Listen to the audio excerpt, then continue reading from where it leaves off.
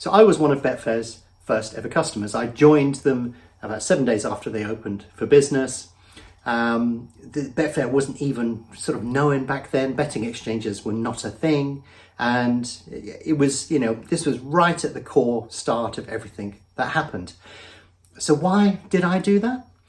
Well, I'd been looking for opportunities over many years, and I felt that this was an opportunity that was fresh and new, that nobody had really spotted or understood at that particular moment in time. And I was going to have first mover advantage within that market. If I could get into the market quickly and work really hard, then I could probably make a bit of a success of it. And the rest, as they say, is history. With a wife, 3 children, a mortgage, and a decent career already, I basically threw all of that away to go and do this for a living. And you've got to remember, this was in a period where I didn't even know if anybody else was trading. There were no tools like BetAngel around. We were right at the very, very start. And talking of BetAngel, I had to create BetAngel in order to do the things that I wanted to do. None of this sort of software existed back then. It was very rudimentary stuff out and about there that was all sort of written part-time, and there was nothing serious out there. And this was before Betfair had an API. And if you think about it, things like keep bets and cash out, they all came from software that was created around this time and then were adopted by the industry standards. But people sort of forget these things, and very often a slight that is thrown at me is that, I'm just trying to sell you software. But the fact is that was never the idea. I had to create the software even before Betfair had an API to be able to do the things that I wanted to do, and never had any thought of it at that moment in time that it was going to be a sort of software business. And I didn't think that it was going to be very big anyhow, because I thought that the market for this sort of stuff was going to be very limited. But what I was trying to do back then by commercializing it was to get the funding to develop it further. And that's a process that you see that continues on to today. But people often sort of throw this slight out there to sort of say that I represent the software, which I do. But of course, the creation story behind that is very different from people that turn up many years later to try and make money out of you. I was there at the coalface trying to create the thing right from scratch at the very, very start. And when I was on a trip recently, I tried to encapsulate my thoughts on this and on the BetAngel as a software business based upon some of the experience that I'd had when I've been investing. So while on my travels, I've stumbled across a Californian ghost town. It was a town that prospered during the gold rush. Everybody came here to make a lot of money by finding gold in them Thar hills, as they would say. But ultimately the gold ran out, and so did people's luck. And I'm always remembering gold rush towns because of the picks and shovels analogy. And basically picks and shovels are along the lines of saying that nobody made money, or very few people made money from digging out gold, but loads of people made money from selling them picks and shovels. So I remember this really well from the dot-com boom in 2000, or around that era, because I was involved in the internet industry. And when you look at the analogy in terms of the dot-com boom, people were saying invest in infrastructure stocks, invest in telecoms companies, people who provide the backbone to the internet rather than the internet companies themselves. But I think you'll find that history has shown that that was completely wrong. There was about $3 trillion in value wiped off, $3 trillion wiped off the value of telecoms companies when the dot-com crash happened, and a lot of them went bankrupt or nearly bankrupt. So why was that? Why did that happen? Well, the answers are quite simple, but you can summarize it in one word, and that is competition. If you imagine you're investing money that you've got from investors into telecoms companies, what you're doing is you're laying pipes effectively, or building infrastructure. And once you put that infrastructure in place, then you start selling capacity. But the problem is when money is cheap, which it was during the dot-com boom, there's no limit, there's no barrier to entry. Basically, everybody rushes in, invests all of that money into infrastructure, then suddenly you have a capacity problem. There's more infrastructure than there is capacity to fill it.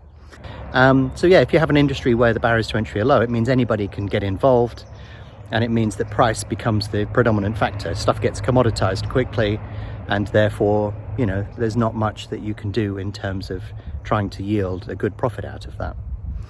If you have high barriers to entry, then it means that not many people will compete. But if they do, then if it's easy for them to get out of the industry if they don't like it, then those tend to be good industries to invest in. But if you have a high barrier to entry and a high exit barrier, then that increases the level of competition as well. So it was funny because I learned all of this and I read it in great depth when I used to account manage WH Smith. They used to have a fantastic business library there, and I used to go there as a supplier, but I used to go and sit in their library. And one day somebody came and had a chat to me, and he said, "Oh, I see you here all the time, which division do you work for?" And I said, "Well, actually, I'm a supplier." And it turned out this guy was a director of this business. I'd never met him before, but we got on like a house on fire. So we used to go and have long and complicated chats about competition theory. And I read up on all of Michael Porter's stuff to do with competition. But yeah, the ghost town reminds me of that because of the picks and shovels analogy. And the interesting thing about this ghost town as well is that looking at the plaques and the various bits that are around here, this area suffers from wildfires. And in fact, there was a wildfire here not that long ago, maybe a year or two ago, which pretty much burnt everything around here and almost reached the local town. It was quite a severe fire. But a wildfire is like a fundamental change within an industry or an economy or something. It tends to sort of raise everything before it, but then new opportunities pop up from behind it. And it's the same in pretty much any market, really. Nothing particularly stays the same forever, but when a fundamental shift takes place, opportunities are created. And if you're quick to see those opportunities or plant a few seeds, then you can probably see the benefit of that at that particular moment in time. But when everything around you is burning or everything has changed, sometimes it can seem a little bit difficult to go ahead and deploy that sort of strategy. But yeah, I think there are several analogies here which fit well with trading and investment itself. A few lessons to be learnt, but the funny thing about it is most people don't learn from those lessons. So you may be looking at this and thinking, well, how does this fit in to Betfair trading and stuff? Because I think there are some parallels here that fit reasonably well, that you could analogize to all of this. The first thing I'd say, though, is that fundamentally there are some big differences here, because when I turned up to Betfair trading, what I saw were loads of gold deposits, for want of a better word, in the ground. I saw markets that were worth billions, and I thought, if I could just have a little bit of that, any small percentage of a big number is a big number. And therefore, that's what I saw the opportunity as. I just suddenly thought, wow, there's a great opportunity. If I go out there and find my little niche within there, I should be able to do something with that. But your sort of objective really in a trading market is paralleled to that. You're sort of saying that what you're going to do is you're going to go out and try and find some gold, and you have to go off and find a way of doing that. But you don't have to have the whole entire gold field. You may be to find a little niche somewhere that allows you to mine a particular market in a certain manner. You'll find a vein of gold somewhere, and it may not be huge, it may not be the biggest opportunity ever, but nonetheless, if you can find a little niche, you can chip away at that, and you can do very well, because the gold field is huge. That's one thing that's different, is on a trading market, on sports trading, the gold field gets replenished on a daily basis. There's not a scarcity in terms of that. However, there are a lot of people looking at it and trying to carve out their little niche. So you have to find ways of doing it. You don't have to dig a big mine. You could just look along the riverbanks at certain places, or you could just, go across and try and pick up a few little opportunities. But if you wander aimlessly, you could be wandering aimlessly for ages. And if you're just hoping to pick up stuff off the ground, it's not there. That went a long time ago. You're going to have to be a little bit cleverer in terms of the way that you do things. You just can't pick up gold from the ground. You're going to have to mine it, and you're going to have to find it in places that perhaps other people haven't found. But also, if you look at the software industry, I looked at the software industry and I thought, well, there's no barriers to entry, no exit barriers. So typically there are going to be lots of people trying to establish themselves there, and it probably won't be such a great business. And I'm not sort of saying that for any other reason than looking at it from an investment perspective. But when I created the software, I was doing it for a different reason. But also think about it, you'll find countless numbers of people who've turned up to mine the gold figured out that it's a little bit harder than they thought, and so instead they're going to give instruction to everybody else on how to find it. And if you buy a map from one of these people, you'll probably endlessly wander off across the desert looking for the opportunity, only to find that you return starving, having not found a single ounce of gold. So yeah, I think there are a few analogies in there as well. I think it would be unfair for me not to mention that as well. And I think what you should take out from this video is really, think of it like a gold field. Think of it in that other people are going to be in the gold field, and your role within it is to really try and work out where you can find your little niche, maybe areas that people don't want to participate in.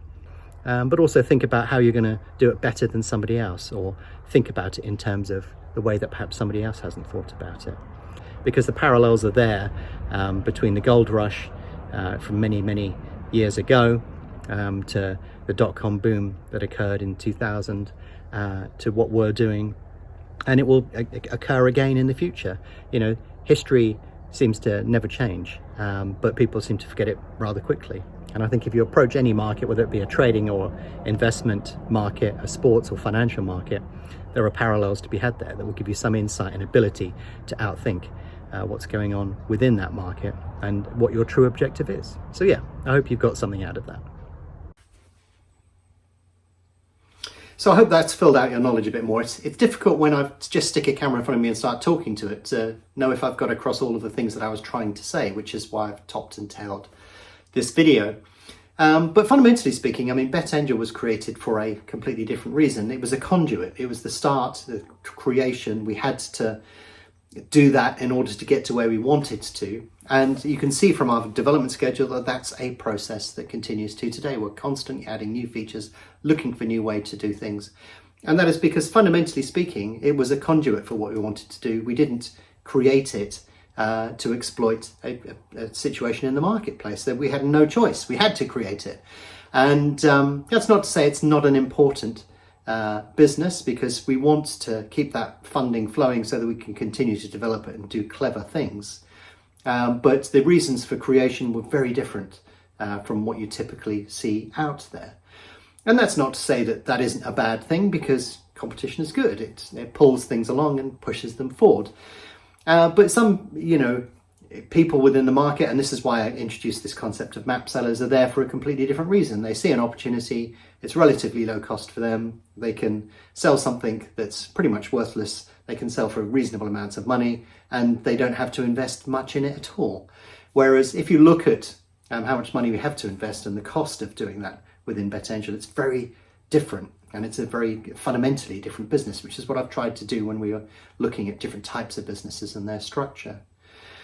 So yeah, most of the money that I've made in my life to this day has been through investing, trading, and betting.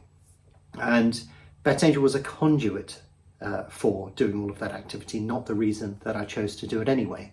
And that's sort of one of the key points that I wanted to get across. It's a very different story from a lot of things that you tend to see out there. And I think it's an important one to be told.